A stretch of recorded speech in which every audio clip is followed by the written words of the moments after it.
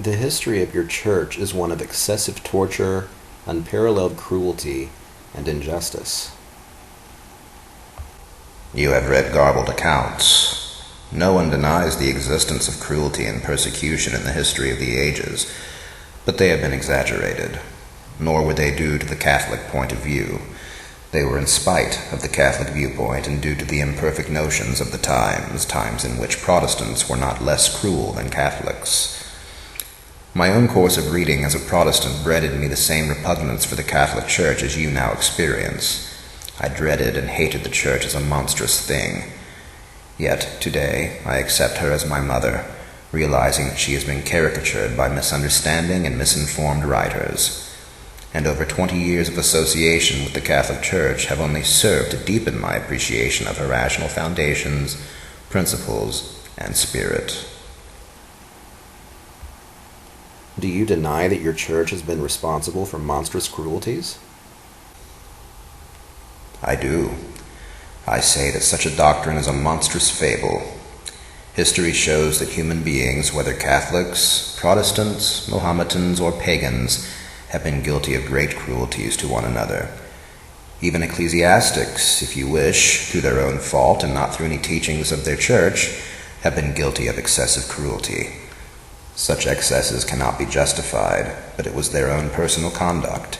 It was not inspired by their Catholicity, but by their own mistaken or even evil dispositions. St. Thomas taught that heretics should be put to death. He had in mind such men as had been Catholics and who labored to destroy the faith of other Catholics after their own lapse from the Church. And even then, he puts the question speculatively. And he was quite logical. He argued that one who unjustly takes his neighbor's life by murder deserves death at the hands of the state.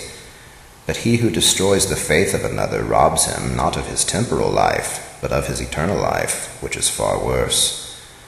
The state, therefore, which is bound to safeguard the complete well-being of its citizens, would be justified in putting such a man to death, removing him permanently from among men to whom he can do so much damage. Speculatively, then, St. Thomas says that such a penalty would not be excessive. In practice, he does not say that it should be done, and even if it were done, he writes that the Church, whose mission is one of mercy, must do all she can to win such a man from his sinful dispositions and destructive campaign in order to save both his temporal and spiritual life, if possible. Do you personally believe that all non-Catholics deserve burning at the stake? No. Present-day Protestants are not ex-Catholics in bad faith, and even if they were, I would not wish to burn them. Some of them might deserve it. Some Catholics certainly do deserve it, for if a traitor to his own country deserves death, so too does a traitor to God who has a far greater claim to our loyalty than any country could possibly possess. However, thank God that neither non-Catholic people who might deserve it, nor bad Catholics who do deserve it, are likely to be burned today by their fellow men in this country. Your feelings are nearly as sensitive as my own on this point.